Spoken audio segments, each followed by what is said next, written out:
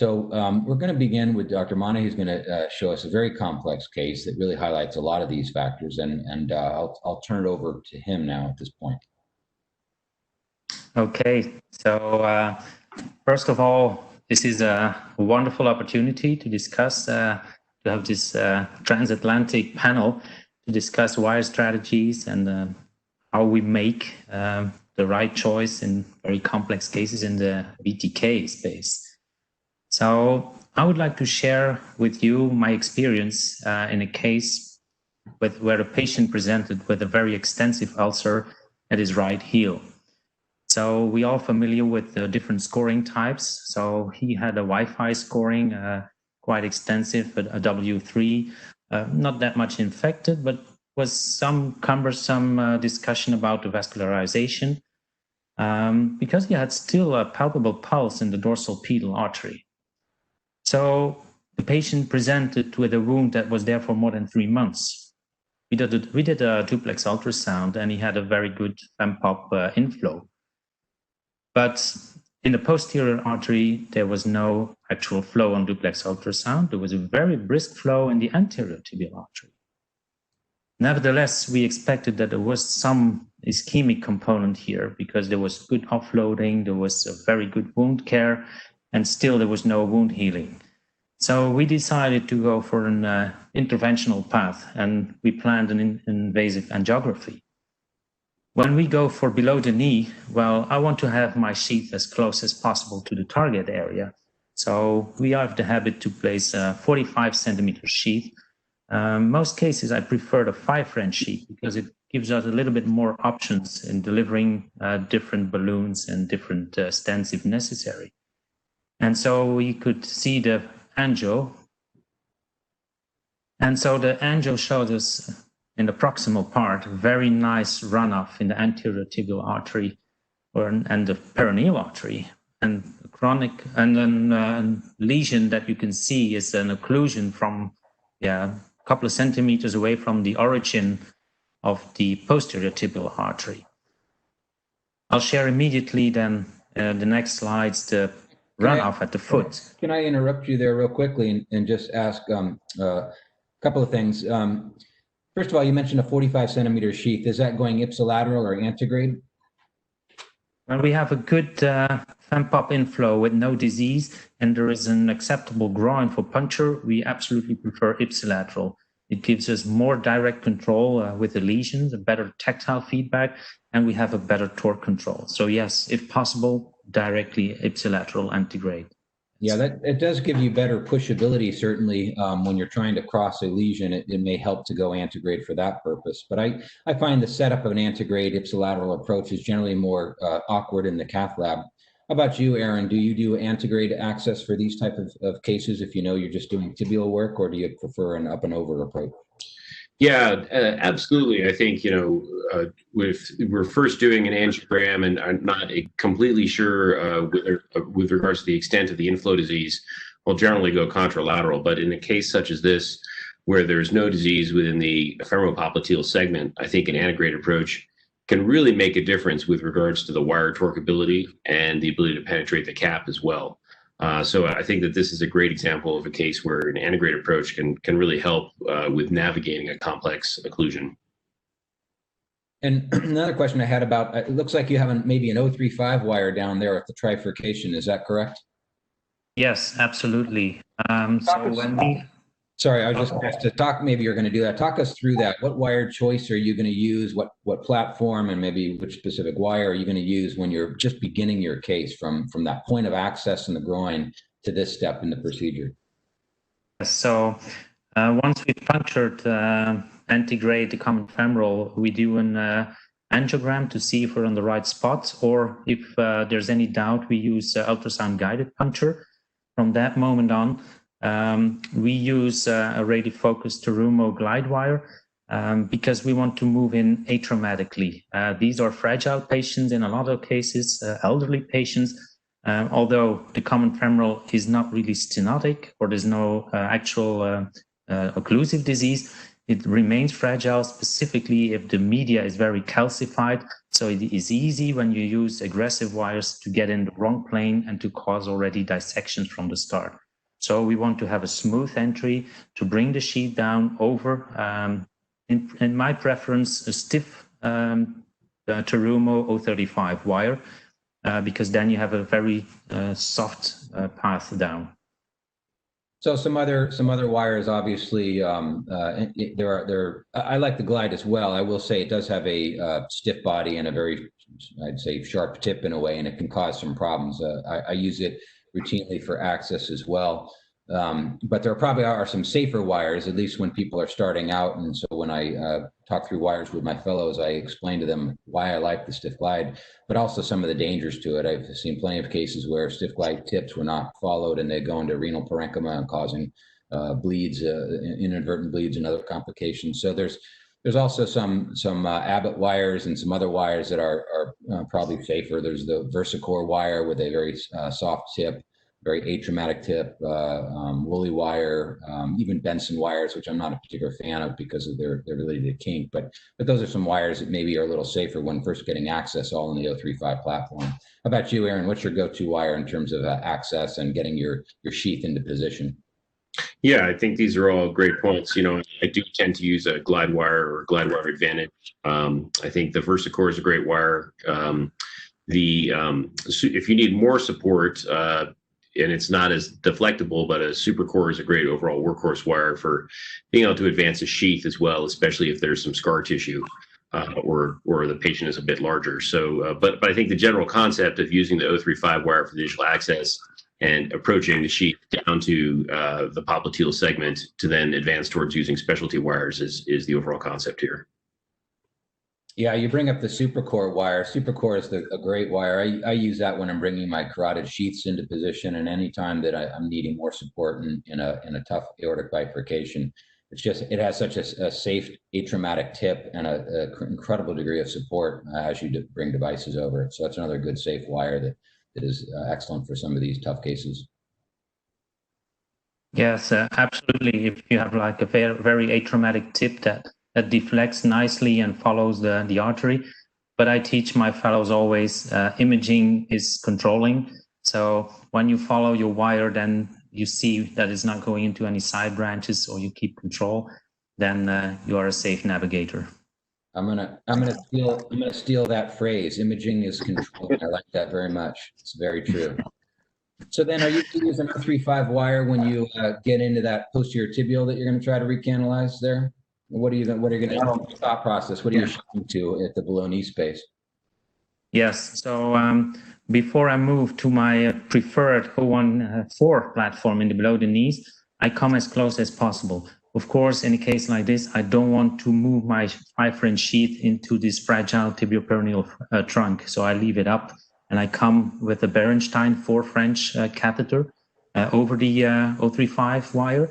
I position it just into the tibioperoneal trunk, and from there on, I will start with my 014 wire. Aaron, what do you use for tibials? Are we usually using 014 systems, or do you like any other in-between diameter? You ever using 018 in the tibials? Yeah, I think for tibials, my general approach is to utilize 014 wires, and whether they're an increasing wire cap penetration, because I think they're very navigable and have a lot of ability for penetrating the cap. If I need more support, then I will use 018 wires. There's a nice set of 018 wires available now. I think we'll talk about this more later, but the Command 18 is a great 018 wire with a lot of tip control, and also maintains its shape over time, which has a lot of advantages when navigating complex lesions.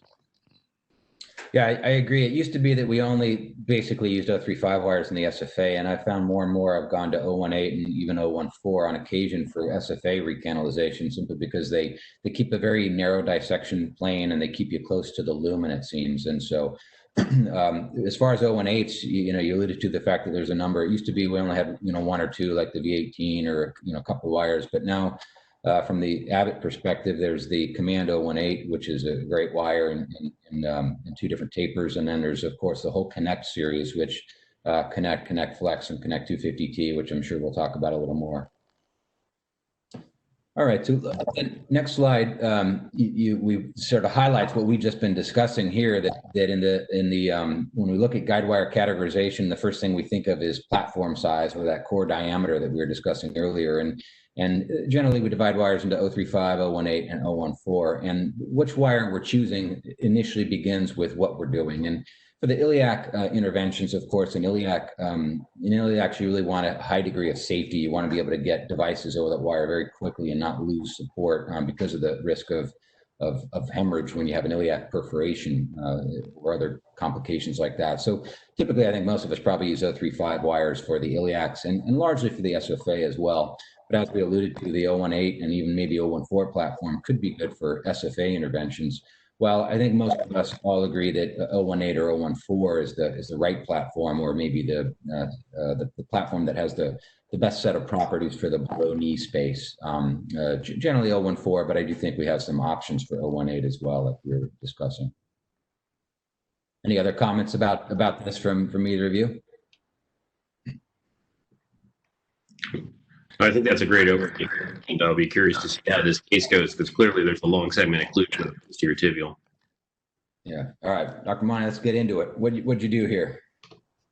Well, let's first have a look at the distal outflow. As you can see, and as we also saw in the clinical examination of the patient, there was a very nice runoff in the anterior tibial to the dorsal pedal. There were even palpable pulses.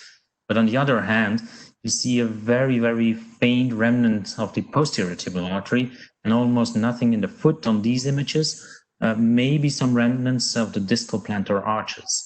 So, of course, when we saw that, we were like, okay, should we move on? Should we keep it with a diagnostic angio and focus more on wound heal and wound care and wound healing or offloading?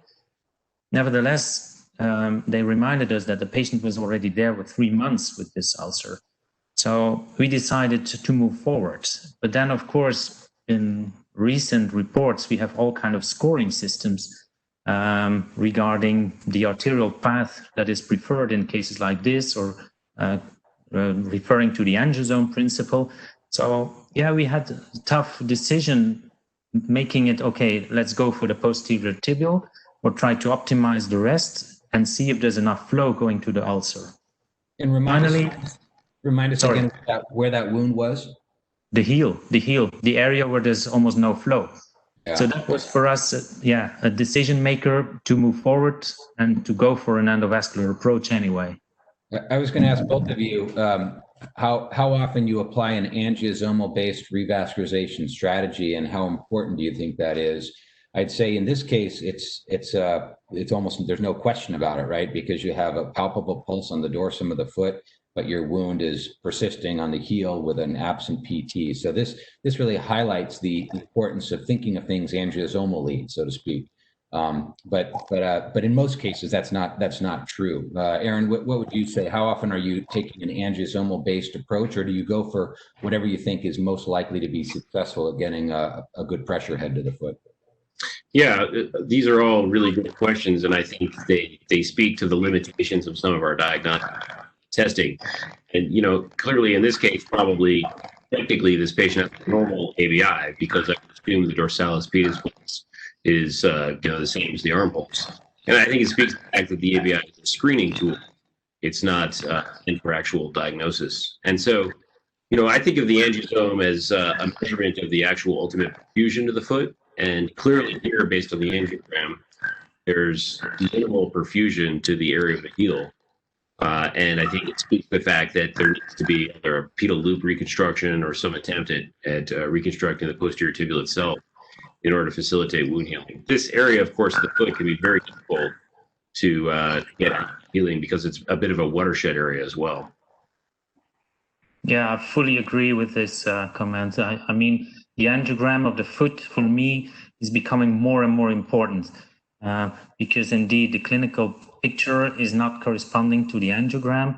And indeed, if we can improve this posterior flow, then I believe definitely there will be a lot of gain for this patient.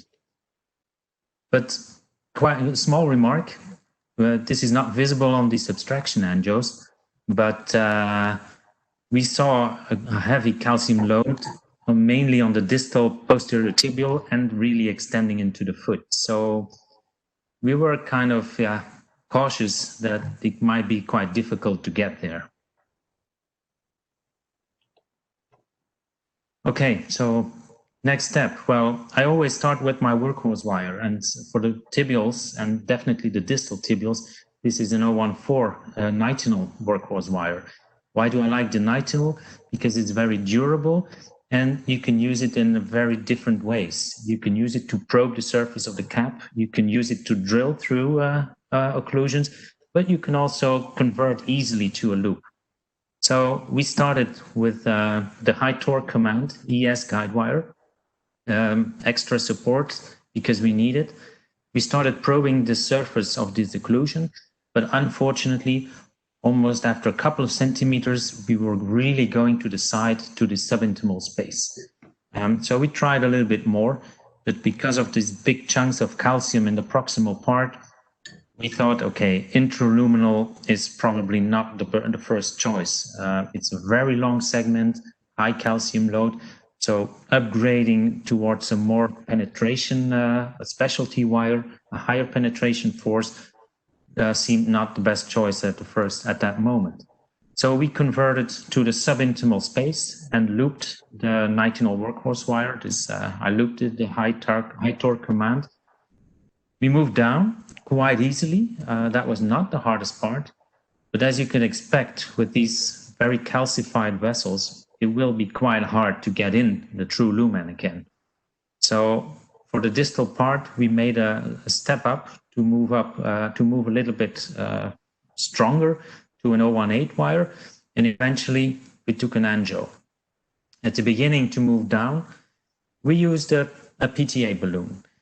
I really like to use a PTA balloon when the path is straight and I don't really need steerability. So I use an 014 Armada balloon, by preference 2.5 millimeter diameter, not too big, just so I can use it as a pre-dilatation balloon, and 8 centimeters in length. Not too long, because otherwise you lose support in the distal part of the balloon. But in this way, it was quite easy to move down. But immediately I saw that my loop was moving a bit by bit away from the calcium, from the vessel itself. So I started to worry a little bit, because when I move too far away, there's a risk of rupturing this vessel, and how to get back to the lumen, of course. And should I change my wire? Should I keep my workhorse wire? That helped me so far. So maybe question for the panelists. How would you approach these calcified vessels? Would you easily move to the subintimal space, or would you rather go for a step-up wire and try to stay intraluminal, although this could be a very tough journey? Yeah, I think you've highlighted all the, all the challenges here quite well. And I was going to ask you the same, this issue of subintimal versus true luminal. My general approach is, if you can stay true luminal, it's always best. If it's not seeming to work, that's when I basically give up on the true luminal approach and go subintimal. So it's not real scientific in the way I approach it. That said, I do think that true luminal positioning is probably preferred in tibials. We really don't know a lot about how subintimal dissections hold up over time with such small vessels compared to the SFA. So I tend to try to stay true luminal. You obviously did both approaches here. Do you maybe want to discuss what wires you're using and choosing, and what properties you're choosing those wires for when you're doing a true luminal recanalization? Either you or Dr. Armstrong can answer that. And then what properties of a wire do you want when you're flipping to that subintimal approach? Well, very short. First of all, I start with my 014 nitinol workhorse wire, and I like the high torque command because it's a combination wire. The distal part of the wire is nitinol, but you have all the advantages of the stainless steel body that gives you a very good torque and also a very good support in going down. So I like the nitinol because it gives me enough tactile feedback, and I like the 014 to start in the tibials because I like to search first in the first phase for the micro channels. So if there's a possibility to move between these rocks of calcium, I will try that. Once I see that my wire is tracking the vessel intraluminal and it stays on track and it's not constantly deflected to the side, then I would, if I'm not capable of advancing with the first workhorse wire, then I will do a step up to more specialty wire. A specialty wire, a wind wire that has more penetration force, or a Victory from Boston Scientific. But in this case, after a couple of centimeters, I already had the feeling this is going wrong. This is constantly moving to the subintimal space. And at that moment, I don't want to have a very high penetration force, because then I think you risk perforations. So then I'm happy to stay with my workhorse wire, and I convert the nitinol loop into a nice cutting knife that is going down in the subintimal space. Yeah, so just to review what you're saying, the command wire is a nice wire to begin. It often will give you the tactile feedback, and the hydrophilic properties will get you through stenoses and maybe what looks like an occlusion, but is truly a pseudo-occlusion. But when you loop that, as you just said, it becomes a cutting knife, so to speak. When you have that little loop in a polymer jacket, a hydrophilic polymer jacket, it can go subintimal. So if you want to stay true luminal, especially if you're hitting something tough, that's when we go to some of our wires that are more designed to drill through that space. And you mentioned the Win wire, the Win 200 T, which is a great wire, an 014 wire that's good for occlusions. Same is true with the Connect 250. Sorry, the Connect Flex has a 12-gram tip load and is fairly navigable down towards this anatomy. So that's a nice in-between wire between something like a Command and something that is more of a spear like that Win 200T. And then if that's not drilling through the cap in the right way, that's when going subintimal is probably the right approach. Aaron, do you have a similar set of wires that you use? And is that the way you think about it, or do you come at this from a different perspective? Well, I definitely agree broadly with those principles, and there are a lot of wires available, and I think the broad approach of a workhorse wire and then selecting a specialty wire that has some of that cap penetration is helpful. Some other wires that I will use on these occasions include the Confianza Pro 12. Which is 12-gram tip, obviously designed initially for coronary uses. I think has some good cap penetration. And then if you really want to do some drilling, but I think the caveat is you have to be careful about the vascular planes you're working in. The Estado 30 is a 30-gram tip 018 wire that to my knowledge has some of the highest cap penetration. And when you're really trying to navigate through some of this hard calcium, that's a consideration. I think the potential downside is that you may get more deeply subintimal than you anticipate if the wire is not headed in the right direction. Sounds right. Okay, so let's go to the next phase in the procedure.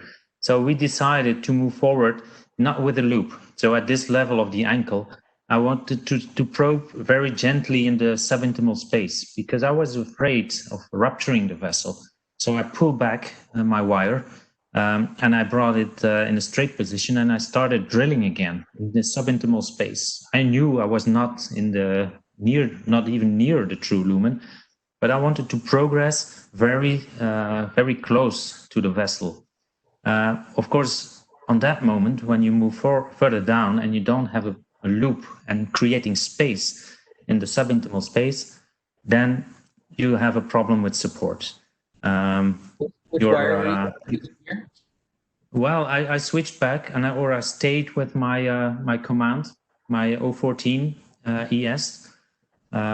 So I just wanted to probe and to see what was happening, if it was following the vessel or not, but I could not move it very far.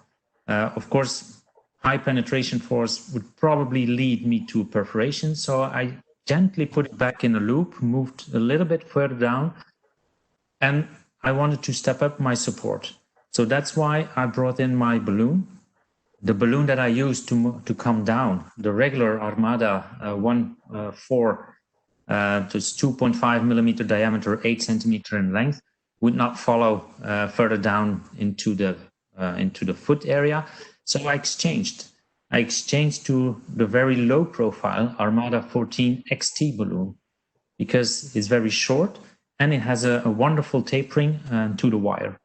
And with that support, I moved down, but unfortunately, as you will see in the next slide, Yeah.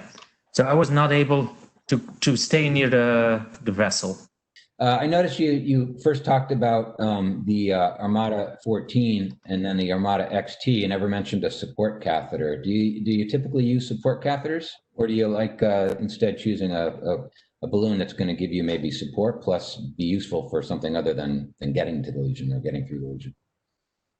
Well, let's say my workhorse strategy is a wire and a balloon, because if you use an 014 balloon, it's very nicely tapered. And if you use a balloon that is not too long, it gives you enough support to move down. If I need direct direction, so to steer away from a certain area or a certain plaque, or if I really need to augment the support when it's not enough in the proximal part of the tibials, then I use a dedicated catheter, as there is the CXI catheter, for example. Yeah. But when I move down, how about sorry. you? Yeah, I think that definitely the balloon basically used as a support catheter is a great approach. It does have the advantage of being able to anchor as well if you want to inflate the balloon. And, I do use some support catheters as well. For example, the 014 Quick Cross is a good low profile 014 catheter. And sometimes with these pedal loop recanalizations, with the amount of tortuosity, I think using some other dedicated support catheters that actually were developed for more coronary uses, such as a Corsair or a Turnpike catheter, can be helpful in some of these cases of extreme tortuosity. But I would say that in general, the Armada 14 XT balloon is extremely deliverable and has a lot of advantages to use as a both support catheter and balloon. Yeah, I agree, and I've almost exclusively used balloons now as my support catheters. There are occasions that I'll pull out a support catheter for true support, but in the majority of cases, it seems we can get away with using balloons that then serve a dual purpose. And interestingly, the Armada XT balloons are very much like the very similar in design, not exactly the same, but very similar to the NC Trek or Mini Trek, I believe, balloons in the coronary world. So much of what we're using in peripherals now, I think, Aaron, you probably have had exposure to these devices long before I did, simply because they were some coronary applications that were adopted and changed and modified into the peripheral world. And so the Armada XT is one of those. This is truly the lowest profile balloon that I've ever used, and it will get through some things that I can barely get a wire through. So I definitely like using the XT as a support catheter, plus a very low profile balloon catheter. Another also talking about support on the next slide, we have an example of using coaxial sheath systems. That there's another nice trick. And so because I don't use a lot of antegrade ipsilateral access, I will sometimes do coaxial support up and over to achieve the same degree of pushability and support. And this is an example of that. This shows a 6 French 70 centimeter Cook Raby sheath down to the proximal popliteal. Through that, I'm placing a Cook CXI catheter. Dr. Maene discussed the CXI catheters. These are pretty good support catheters.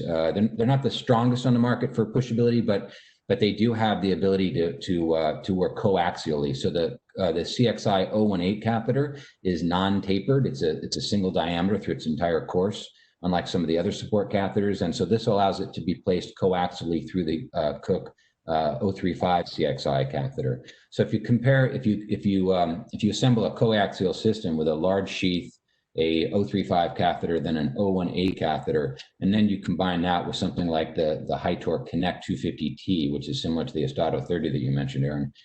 This is incredible level support, and if you're going to be able to drill through a lesion, this combination or something like this will certainly help you do that. But in most cases, this is unnecessary, and I like the two of you, I tend to use these great low profile balloons that we have now to achieve most of my support needs, which again, very different than 10 years ago when you would never consider using a balloon as a support catheter, but they've just gotten so good these days that they can really be used in that way. So yes, they're so good. And additionally, you can, in a lot of cases where you're not able to move smoothly down, you can pave and crack because it's only like 2 centimeters in length. You can bit by bit crack down even the hardest calcium where the wire is capable of passing. Well, sometimes catheters or other balloons are not able to pass. Well, these ultra low profile balloons, they definitely give nice passage and good support.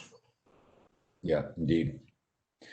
So what'd you do? So you're kind of at a dead end at that point. Where'd you go from here?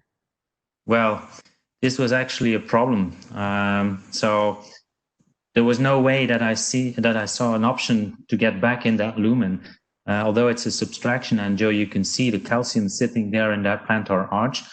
We had enough support, we had wires, but indeed, as you mentioned, a dead end. So I think it was time for a reevaluation. So that's what we did. So we took a new angio, and as you will see on the next slide, we did an angio from the top. So our sheath is in the popliteal artery, so we injected contrast. And as you can see, there is a nice runoff in the anterior tibial, but also in the dorsal pedal artery and even in the plantar arch. So there is some filling down there. So then, yeah, we needed to go for a different approach. First of all, retrograde puncture, we believed in that area is quite a risk. Number one is a very tiny vessel, and if we ruin it, all the flow to the heel is lost. Secondly, there was no other, let's say, tibial vessel in the area that could give us a good access. So we decided to explore if we could go through the complete plantar arch coming from the dorsal pedal artery. And to know or to have better information, we went down with an 014 high torque command wire into the anterior tibial artery. We moved down the Armada XT balloon, and we started to make dedicated angios in different projections. So next slide, you will see that we have different projections and that there's definitely a connection from the dorsal pedal to the plantar arch. So we are very happy to use this command wire because it's atraumatic and it's easy to rail the balloon down in the very distal part, in the very distal parts of the foot.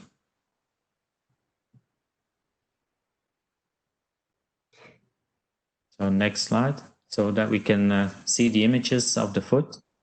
So we took images here in different projections, although there's a very high degree of tortuosity.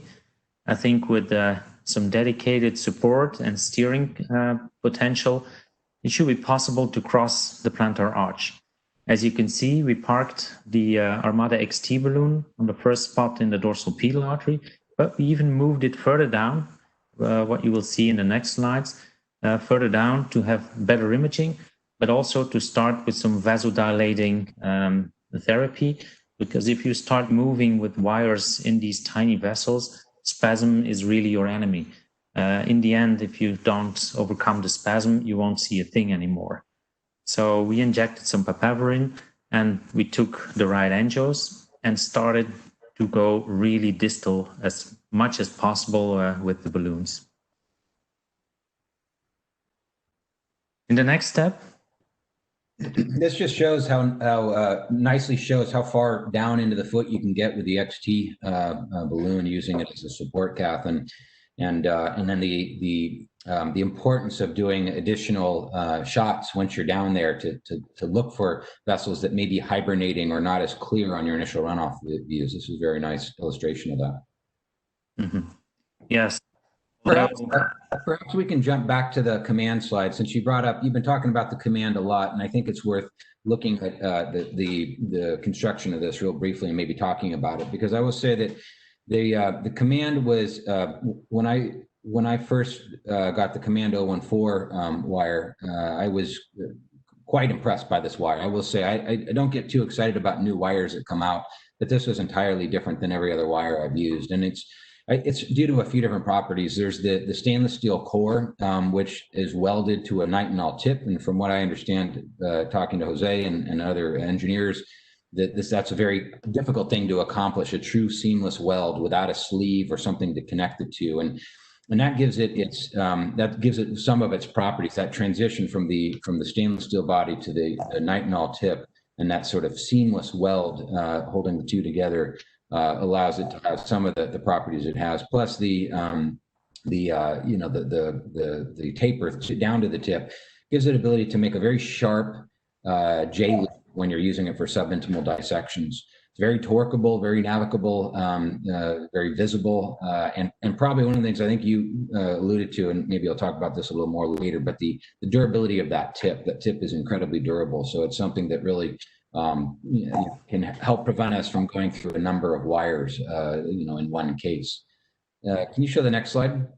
So both of these wires are similar. They have this is the 018 command illustrations that demonstrates the stainless steel core, a shapeable, durable nitinol tip with a polymer coating over it, 3 centimeters worth of radiopaque tip coil, so you can see it very well. And the command 018 comes in the 2 different tapers, a short taper and a long taper.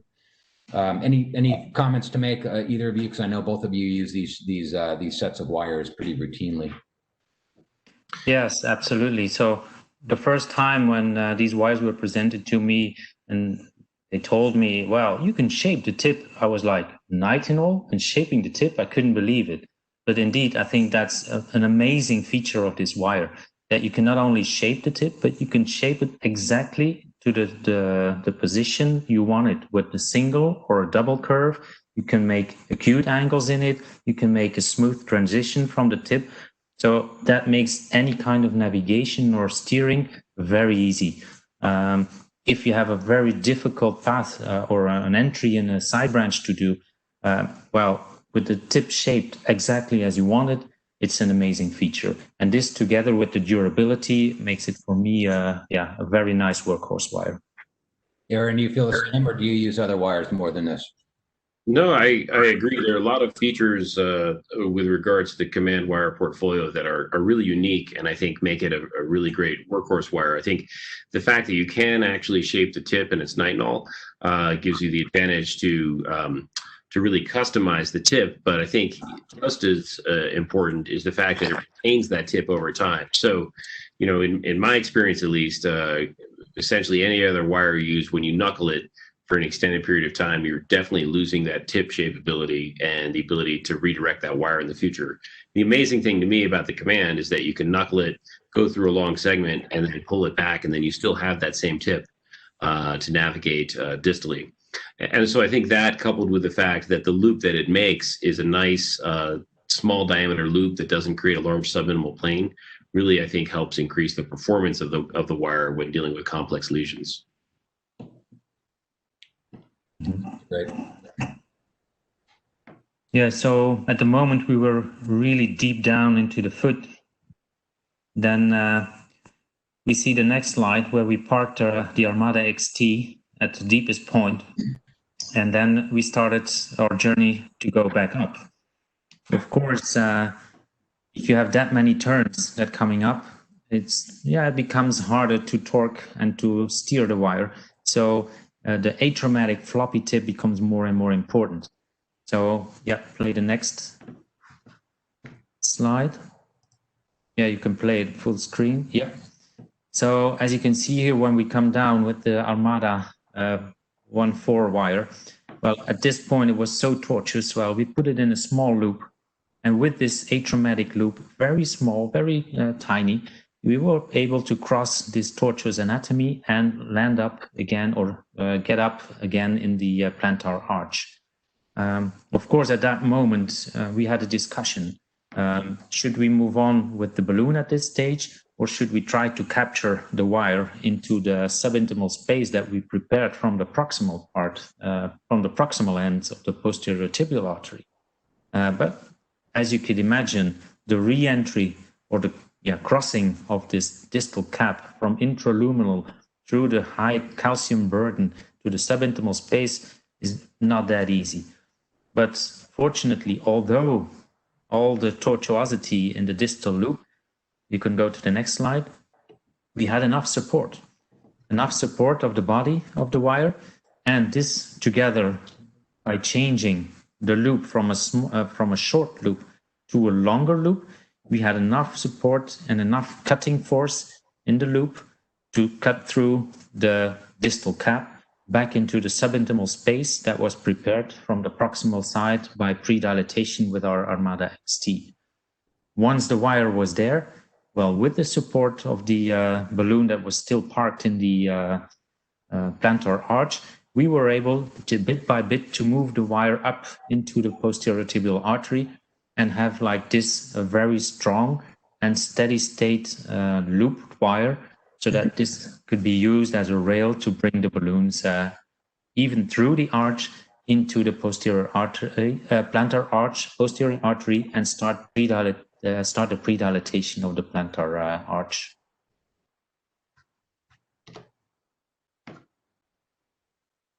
So here you see the stable position.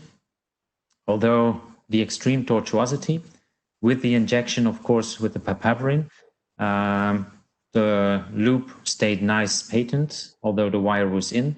We were able to move gently the Armada XT into the plantar arch and start the predilatation of this plantar arch.